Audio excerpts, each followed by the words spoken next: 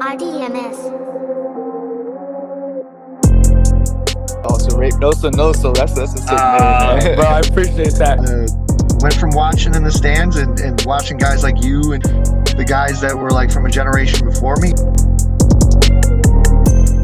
Whenever I do fight again, I need Christian Reynoso there on commentary. Otherwise, I'm not doing it. What's up, guys, and welcome back to another edition of Reynoso. Noso Christian here. Big episode ahead of us as we get to tap into our Aloha spirit a little bit. Joining me today is UFC veteran, Bellator veteran, PFL veteran, and just days away from vying for the Tuff-n-Uff featherweight strap. Please welcome the fighting Hawaiian, Kai Kamaka. What's up, Kai? What's up? Thank you for having me. Don't be silly, bro. This is great, man. Like I said, you go by the fighting Hawaiian, but you might need to start going by Mr. Say When, because you're taking another short notice fight. And this is a big one, bro. You're facing off against another UFC veteran in Diego Branzau, the current Tuff-n-Uff champ. Let's talk about it, bro. Yeah, I was kind of I've been preparing for a bunch of fights. For what I mean, obviously, as a veteran of the game, you're gonna run into some of these issues that I'm running into right now. That hard for guys to take fights when you've kind of people have seen a lot of tape on you. So it's hard to solidify some of these fights. So some of these opportunities, actually, all these opportunities are coming in a short notice. But we're kind of staying ready because that's right now in this process. It's kind of like the name of the game. So they are short notice, but it's not like I'm unprepared. Yeah, and if I'm not mistaken, your last fight, well, I know your last fight was on the undercard of Diego's last fight when he defended his belt against a fellow Hawaiian and another stablemate from Xtreme Couture in Kaden Kawahai. So, I mean, obviously you had your own opponent to prepare for, but surely there was like some peripheral like preparation going on or some ideas coming into the forefront for fighting someone like Diego potentially at the time. Yeah. Honestly, since he was a featherweight in Tuff-n-Uff and right now, and the idea was kind of there, but it wasn't like I didn't really put too much thought into it because I don't know, I think our career paths are at different places right now. But apparently not. October 25th, we're gonna fight. So Yeah, yeah, that's it. We'll talk about that because I think that the topic of your career paths and you guys crossing now is actually kind of interesting. But like you said, you weren't really putting too much thought into it, I guess, preparing for your last fight, other than knowing he's out there as a tough-enough featherweight. But your coach Eric Nixick described you in an interview recently, as like one of his most complete fighters with a really high fight IQ that allows him to kind of just have some more fun with you, right? It's fun and a pleasure to coach somebody like you. And he said, and I believe he said something along the lines of like, you guys don't really even do a lot of game planning at this stage in your career. More like sequential stuff, getting ideas in the mix. Is that still the case when you're fighting somebody like Diego that's got like so much work out there? He's got 50 plus pro fights. That's a big body of work to analyze. How do you treat this specific opponent? Is it just like you said, like just coming as you are? well, I think what he does mean is like we don't necessarily have to change our training camp to a style of a fighter. Um, Pretty much because we try like we're always touching on all our bases. So like when we do get an opponent, um, though we just kind of like we do talk over some ideas on how to approach like the fight, you know, and that kind of helps because obviously like remember how we were working on this, so and so we use this. Okay, I think this would work well in the fight. Um, Remember these combos. This would be good for this type of situation. like that. Those are kind of the things that that's kind of how we talk about fights, going into fights, because you got to always be getting better. So, and then I think my skill set is pretty evenly course, just because of my lifestyle. I was a wrestler growing up, wrestler and a boxer, and then so I did a lot of kickboxing. Um, so yeah, so that's kind of like where I grew up in MMA. So going over that kind of stuff, um, it's a lot easier, I think, from my perspective here, from our situation. Sure. Sure. And I guess getting back to your the broader situation, right? Like you said, your careers may be on different trajectories, but he's been like very vocal about making that push to get back to the UFC. Um, you have kind of, like you said, you've carried on just taking big, and any big opportunity that can come your way, despite opponents dropping out and things changing along the way. But at the end of the day, like you said, here you guys are crossing the main event, a huge fight.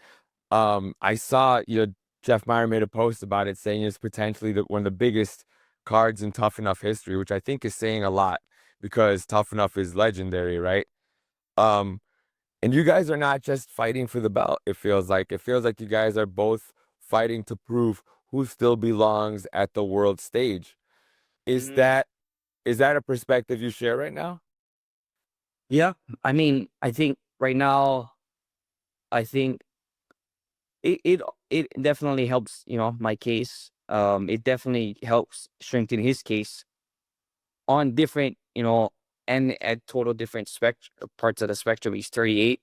I'm 30. I feel like I'm kind of stepping into my prime now, like, and I'm seeing it in the gym, um, and just, so, that end we could be flipped, but him getting two wins against two prospects, kind of like it's good. It's good, good for him, good for his confidence. Um, but they were prospects. They gotta prove themselves, And then me, I will, I'm proven. So I think this helps. That's why this helps his case. Yeah, I think it does create like a really interesting situation. Had he not beaten those prospects, maybe it wouldn't be looked at the same way as he steps in against somebody like you, who's like you said, like a proven, polished Mhm. fighter at your stage of the game.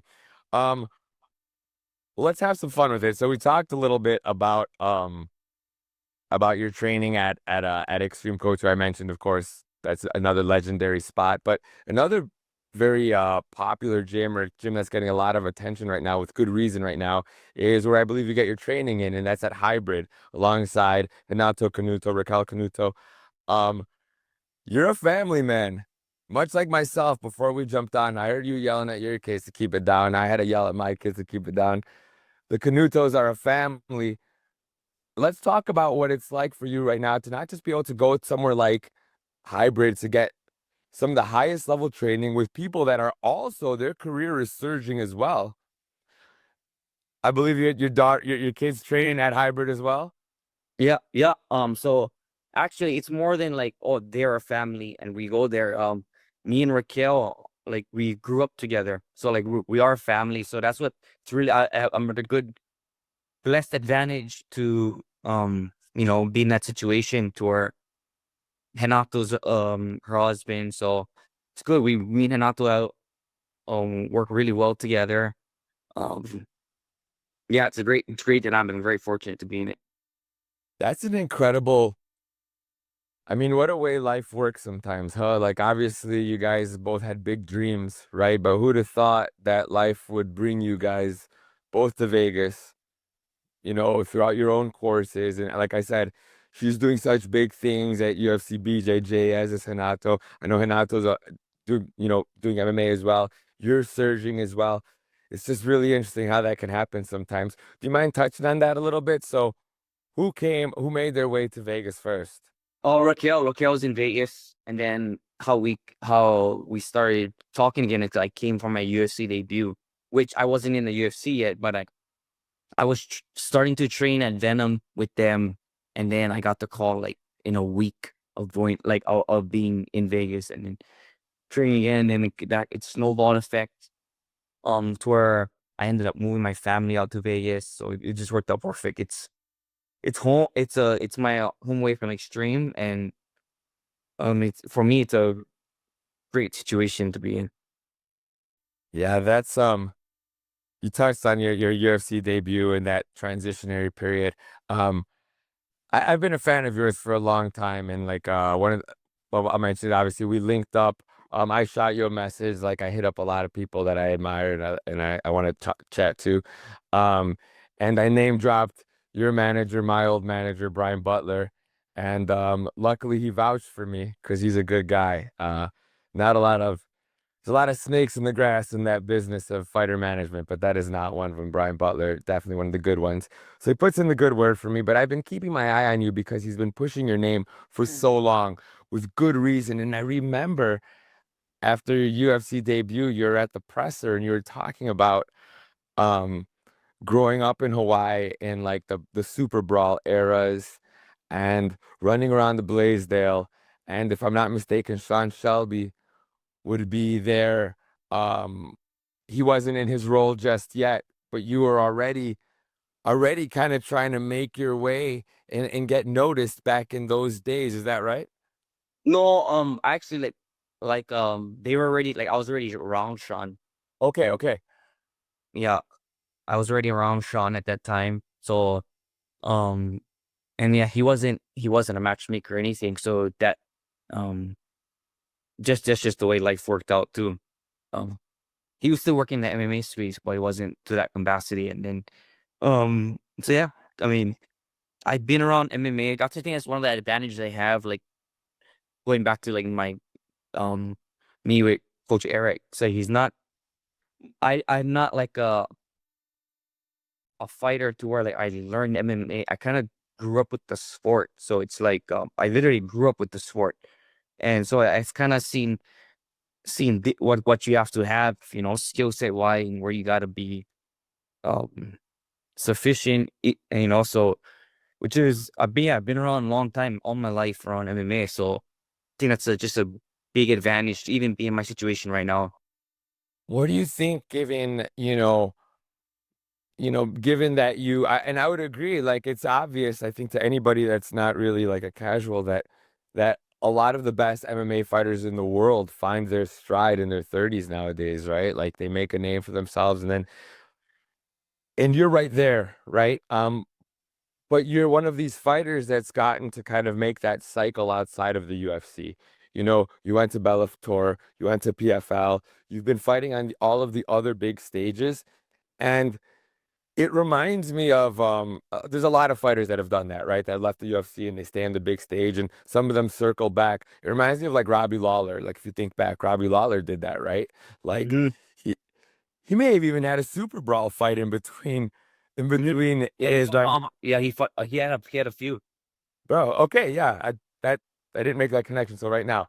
Um, but like that's somebody that comes to mind, right? That when he was a savage when he left the UFC. And then he goes and he has a run like an Elite XC and then he like says Super Brawl. And then but when he came back to the UFC, it was a completely different animal. Like the Robbie Lawler era of his second stint in the UFC was completely different. I'd imagine you come back a different fighter as well, having gone through what you have over the last few years. Can we talk about that and maybe what you feel you've gained along the way, stepping into this big fight and stepping into this chapter of your career? Yeah, good point. Surf like giving a good example like Robbie Lawler. Um, because yeah, it everybody. I think the 20s, just that the age group that you're talking about, 20s. So like you growing up so much in different ways, and then you trying to be a professional athlete at the same time, or like that's your career. But you growing up in so many different ways. So my 20s, like I was dealing with like injuries. So you trying to navigate that with also, you grinding, and then doing them at the high level, like early on, kind of you I don't know. It's a in my situation. It's a. I feel like it helped me like come back full circle. Is like taking that that step, oh, like parallel to the UFC and just kind of work alongside. Um, because I mean, I've always strived for it while I was out. And it's always it's always in the back of my mind. Like getting back to UFC. That's what I think keeps me healthy. With like to that is something parallel to is the UFC. You always want if you always you try to get back there in some way. And there's because it kept me hungry. Like but I also have to take a step back. Like I was still fighting high level outside, you know, um, but it kind of just different platform, but you still got something else to strive for too at the same time, like keeping up, while you're getting better at all these other things, skill wise, skill building. So I think it's more than you don't know how much an advantage is until you have to go through it. Yeah. Because now I feel faster, stronger, smarter, like just better everywhere. And I just feel like now I'm way more prepared to be in the UFC. Not that I wasn't, but I just am way more prepared. Yeah, and like I said, I can't help but think back to that first interview, and I did look back over some stuff, but I do remember your first interview because I remember, um, it was like during the COVID era, right? You fought in the UFC during the COVID era, and I remember you were very grateful for realizing that like the UFC was going to take care of all these different things. But I hear you talking about it now, and it's more talking about like what you're bringing to the table, and that I don't know, outsider looking in, like what do I know? But it seems like that's a growth, right? Like a growth. Oh, 100%. Like I can say I liked fighting. Like I liked it so much, like, but you don't really understand what it is, like how much more detail it is. Like you like fight, you like just you're hungry, but to understand fighting and like tactics is so much like that's a whole different level. Bro, and I'm just gonna call a spade, bro. Like I got to train at a lot of different places, and there was something about I did get to spend some time training in Hilo back in the day, and when I was around, bro, that Hawaiian fighting spirit's real, bro. You guys got a little something extra in there, and Like we like it so much, like the obviously love fighting, but like I don't think you know how much you love fighting until like later. You know what I mean? Like because you gotta like it a lot in order to even get through all that, and then to understand that you love fighting, because that's when you love fighting when it gets rough. yeah, yeah. Do you remember Nick Diaz used to have this awesome saying, and I'm paraphrasing probably because I want to keep it a little clean. But he used to say something like, "You gotta love Like I mean, till you hate it, till you start it eating. yeah, Yeah. bro, exactly, dude." And there's like so much truth to it, and I've tried to. It's funny when you ever try to explain that to somebody that hasn't fought, or like somebody that hasn't loved something so much, and they look at you like you're crazy, right? But when you talk to somebody that knows, it's like, oh yeah, yeah, I get it, I hear you. Um, Bro, I'm not gonna take up too much more of your time. I know you've got a lot of training to get to, and you've got your family to get to. Um, One last thing, I talked about your kids training a little bit. You said that your kids are now training as well at hybrid, and I saw an interview in a while back. You said that now that they were training, they're like able to like relate at a different level. But I know from being a dad that that interview may have been a year old, and that can change. Kids change so much in a year. So, what do the kids have to say about dad's training camps nowadays? I mean, they're just like they're even a little bit older, more from that time. So like I've had how many camps in there, and like I can't even have camps anymore because the situation that we're in. So it's like we're just always at the gym. So they even understand that even more. It's okay. Now you train, but now you see how much I train. And then they also see like when mom's cooking dinner and I'm going for a run. I'm doing something else in the garage, like getting a bag. Then they see me working after that.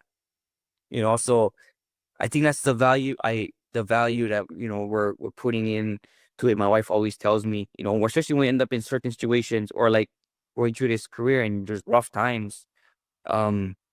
she's like, you know, but your kids can see how hard you can work for this. And especially like when it gets, you know, ending of weight cuts or certain parts of camp when it get like, or the different parts of periods of like this process of getting back to, you know, to you know what where we aspire to be.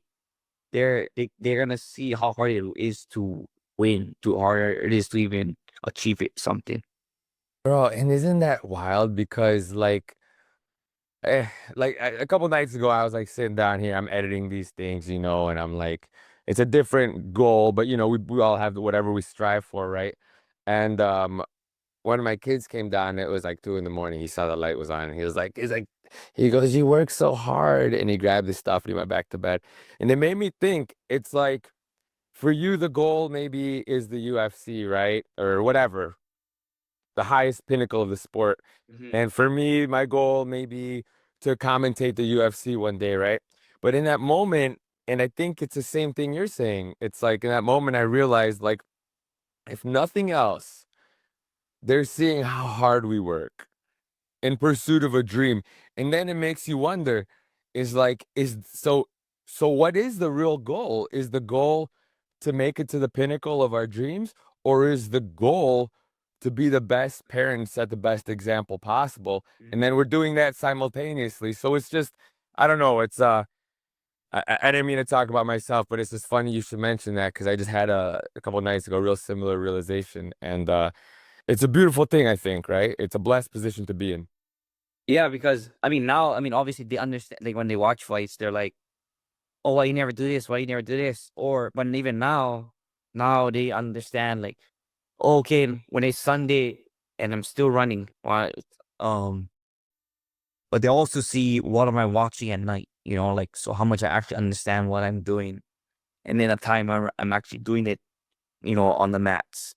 So they see like they also see why it becomes so stressful. You know, oh, why did we care so much about training camps? Well, because it means a lot. Yeah. Yeah. Yeah. It's just so hard. And it's so hard to impart those lessons because without like opportunities like these, you know, like you could try to put your kids in tough sports and hopefully that works. But getting an opportunity to teach by example, I think it's a blessing, bro. And Yeah, I don't so know, man. Yeah, go ahead. I don't think I'm not like for me the value of it is like I don't care if they teaching or this is teaching them about fighting.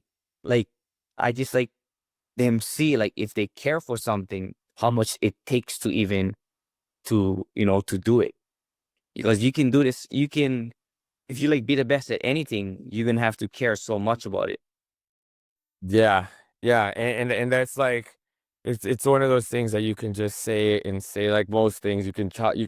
It's so hard to get your kids to listen because you're just that. But if you're showing them through your actions and like I said, you have the opportunity to do so, like you do, bro. It's huge, man. You're doing it good, brother. Thank you. I really appreciate not just getting to know you a little bit more as you know, as a fighter that I've admired. You know, it's been great to watch your trajectory, and I'm excited to see what's next for you, brother. But also, bro, anytime I get to see, you know, like I said, I follow you on social media. I see the family pics and stuff. It's dope, bro. Like, see you growing as a father and recognizing all the opportunities at the same time. Kudos to you, bro. Congratulations, man. Thank you, thank you. Glad to you know talk because there's some stuff I only say like if somebody even asks, you know. So like you know like how, that last topic or a few topics like people not gonna know unless they ask anyways. So Yeah, well, I've been interested, bro, and I'm nosy as hell, and yeah, bro, I've been kind of fast, like I said, like it's probably my connection to Sucker Punch as well and to Brian, so I always have a close eye on his fighters, and I've thought you were fascinating for a long time. So why don't we wrap up and you tell everybody how they can stay up to speed on all things the Hawaiian fighter Kai Kamaka? yeah, you can on I'm on what is it? Instagram and X at Kaiboy Kamaka. Yeah, you can reach me through there. I'm pretty open and reserved same time, you know. But that's all I have is my family and fighting. So Yeah, buddy, that's plenty. It's yeah. plenty. You got you live a very blessed life. So, fight fans, make sure you tune in as October 25th Kai Kamaka faces off against fellow UFC veteran Diego Brandao as they vie for the coveted 145-pound strap at the legendary Tuff-n-Uff as they carry on the legacy, of course, of Barry Meyer. Thank you so much for joining me, Kai. This has been great, man, and I look forward to tuning in next week. Thank you. Thank you, brother. Bye-bye. Yeah.